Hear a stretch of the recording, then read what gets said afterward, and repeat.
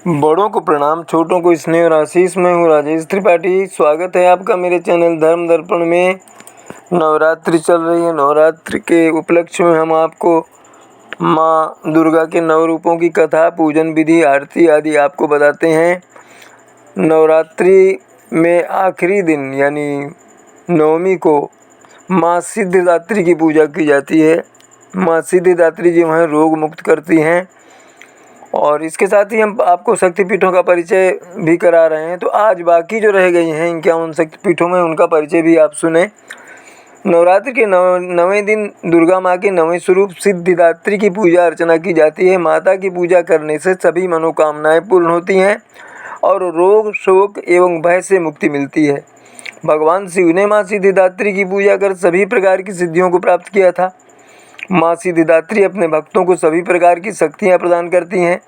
माता का यह रूप सभी दिव्य आकांक्षाओं को पूर्ण करने वाला है। इस दिन विधि विधान से माँ सिद्धिदात्री की पूजा अर्चना करने से सभी मनोकामनाएं पूर्ण होती हैं और रोग, शोक एवं भय से मुक्ति मिलती है।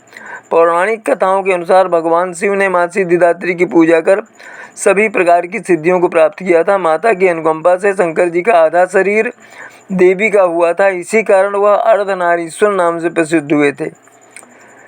माता की चारों भुजाओं में गदा, चक्र, डमरू और कमल का फूल विराजमान है। माता को बैंगनी रंग अत्यंत प्रिय है। इस दिन माता को 9 प्रकार के फूल अर्पित करने व मिठाई का भोग लगाने से माता जल्दी प्रसन्न होती हैं और भक्तों के सभी कष्टों का नाश करती हैं। भक्त इस दिन कन्या पूजन कर माँ दुर्गा को विदा करते हैं। धार्मिक मान्यताओं के अनुसार कन्या पूजन के बिना नवरात्रि की पूजा अधूरी मानी जाती है। आइए जानते हैं माँ सिद्धिदात्री की पूजा विधि और मंत्र और आरती वगैरह क्या है। सूर्योदय से पहले स्नान कर साफ और सुंदर वस्त्र धारण करें। सर्वप्रथम गणेश पूजन और कलश पूजन कर माँ सिद्धिदात्री की पूजा प्रारंभ करें। माता को पंचामृत से स्नान करवाएं। फिर माता को 9 प्रकार के फूल, अक्षत, कुमकुम, सिंदूर, पान, सुपारी आदि अर्पित करें और माता को हलवा, पूड़ी व चने का भोग लगाएं। इसके बाद माँ सिद्धिदात्री की कथा का पाठ करें और फिर अंत में आरती कर कन्या का पूजन करें। 9 कन्याओं को माता का प्रसाद खिलाएं। धार्मिक मान्यताओं के अनुसार 2 से 10 वर्ष तक की कन्या में माँ दुर्गा साक्षात वास करती हैं। इस तरह माँ सिद्धिदात्री की पूजा अर्चना करने से माता जल्दी प्रसन्न होती हैं और भक्तों की सभी मनोकामनाएं पूर्ण करती हैं। वैदिक शास्त्र के अनुसार भगवान शिव ने माँ सिद्धिदात्री की पूजा कर सिद्धियाँ प्राप्त की थी तथा उनका आधा शरीर नारी का हो गया था, इसलिए अर्धनारीश्वर भी कहलाए। पौराणिक कथाओं के अनुसार जब पूरे ब्रह्मांड में अंधेरा था यानी कोई संकेत नहीं था तब उस अंधकार से भरे ब्रह्मांड में ऊर्जा का एक छोटा सा किरण प्रकट हुआ या पिंड कह दे।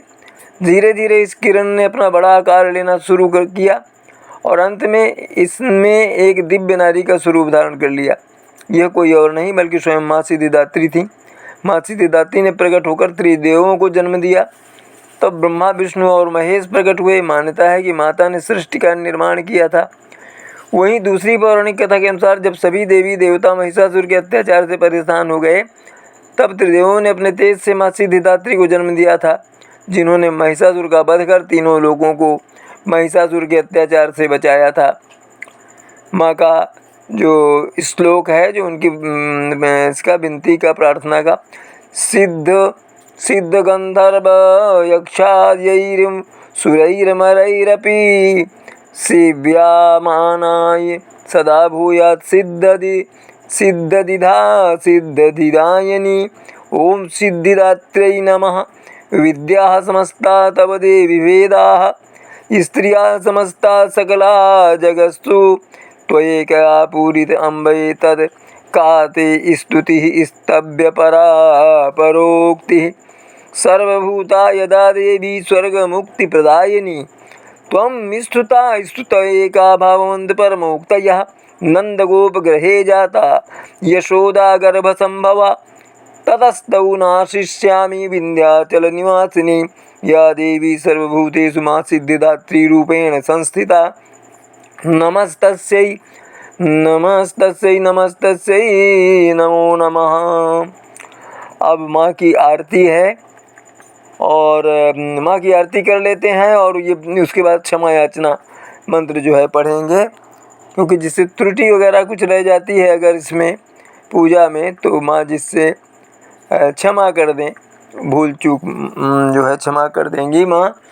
तो माँ की आरती है, सिद्धिदात्री माँ की आरती इस तरह से है।